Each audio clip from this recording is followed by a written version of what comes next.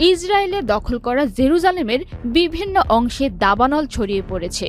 ইতিমধ্যে স্থানীয়দের সরিয়ে নেওয়ার পাশাপাশি একটি প্রধান সড়ক বন্ধ করে দেওয়া হয়েছে।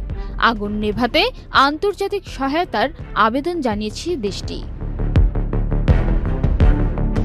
বার্তা সংস্থা রয়টার্স জানায়, বুধবার ৩০ এপ্রিল জেরুজালেমের উপকণ্ঠে অবস্থিত এশতাউল বনে বিশাল আকারের দাবানলের সূত্রপাত হয়।